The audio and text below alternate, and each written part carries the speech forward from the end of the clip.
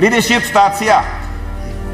We have been giving speeches talking about people outside being perpetrators.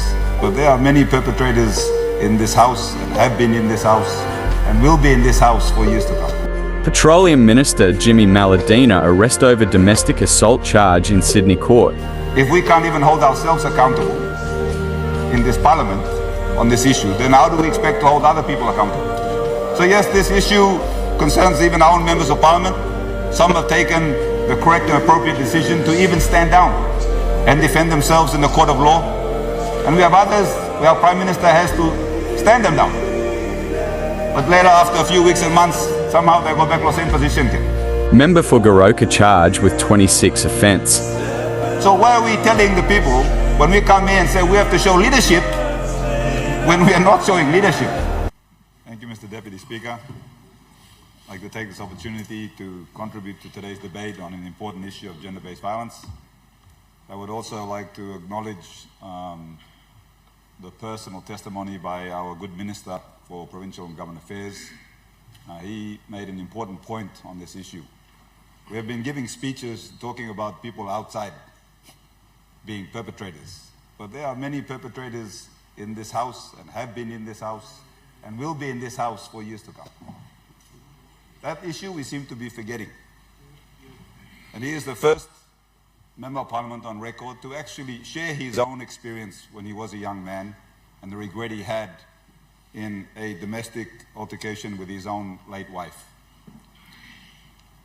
I would also like to acknowledge the testimony shared by the Governor for Jiwaka on the same issues that concerned his own family member, grandson being a perpetrator.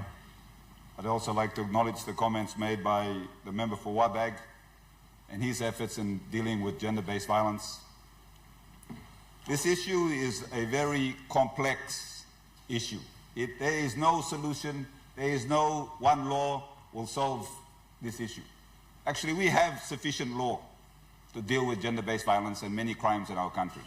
New laws is not the issue.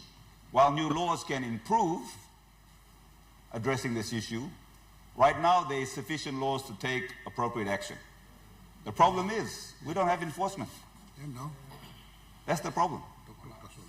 We don't have sufficient officers that are being supported to address this issue. And having previously had the opportunity to serve as a reserve member of the PNG Constabulary in 1990s with then the current Deputy Prime Minister and I think the member for Fisheries, Minister for Fisheries, I had the opportunity firsthand to see how complex this issue, gender-based violence, where you sign on duty, go before the police station, and then you have members of the public coming to file their complaint. Many women, victims of their gender-based violence, where the perpetrators are their own husband.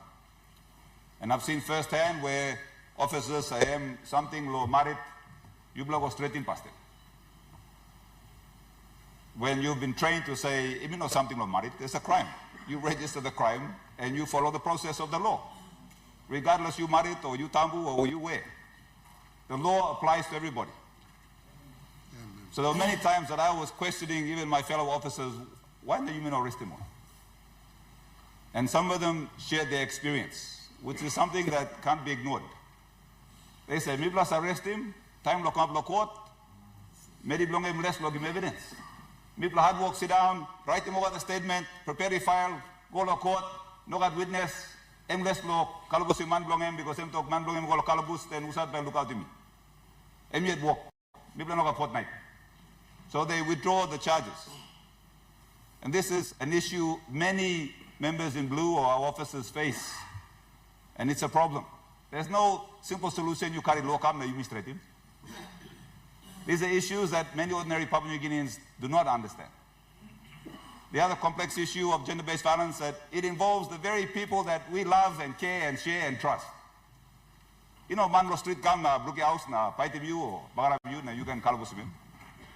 The very people that raised us, the very people that care for us, the very people that you got married to, had kids with, Molisa line. It involves them, family. You know, a simple issue. There is not clear some criminal broke in your house, namila kalabusimen, or fighting you, namila kalabusimen, or raping you, namila kalabusimen. This is a complex problem that needs complex solutions. But the fact remains, it is getting worse. I recall in the last parliament, I gave a similar speech. We're back here giving the same speech. The only difference is it's gotten worse. That's the difference. And it'll continue to get worse. If we can't even hold ourselves accountable in this parliament on this issue, then how do we expect to hold other people accountable? So yes, this issue concerns even our own members of parliament. Some have taken the correct and appropriate decision to even stand down on this issue and defend themselves in the court of law. As the law states, we are innocent until proven guilty. And we have others where our Prime Minister has to stand them down. But later, after a few weeks and months, somehow they go back to the same position again. So why are we telling the people, when we come here and say we have to show leadership, when we are not showing leadership? Leadership starts here. No one man is innocent of sin. None of us are innocent of sin. The question is, what do you do after you commit the sin? You talk me wrong, me mari, me go to court, me accept me wrong. Or you duck and weave. We talk about passing Christian bill. I mean, really? I mean, it sounds good. But where's the practice of our Christian values and principles? Easy to pass a law. So we're going to be back next year. We want to talk about the same issue because we don't have a plan. We're not holding ourselves accountable to start with. We're not holding our colleagues accountable to start with. We're not holding our constituents or family members accountable to start with. So we're just here to give lip service, speeches that mean nothing. We have a deteriorating police department that didn't just turn up yesterday. So I understand the minister faces challenges. Even when I went in there a short time to see firsthand, it was very difficult to find good officers. And even if you did, they said, well, we never had good sergeants. We never had good commissioners. This is how we inherited the force. So what do you expect us to do?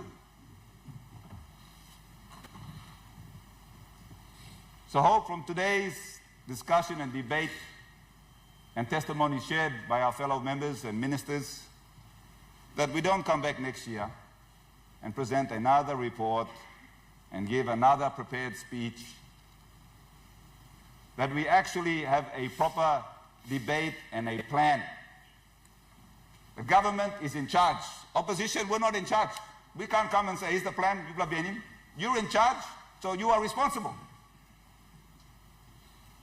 And our job is to hold you responsible. When you do the right things, we acknowledge you. When you do the wrong things, we hold you accountable. So can we bring a plan on how to address the issue of gender-based violence? The laws are there. There's sufficient law even right now. The question now is, what greater, more resources are we going to give those involved in the area of gender-based violence? What offices are we going to build? What vehicles are we going to supply? What manpower? Training on mediation.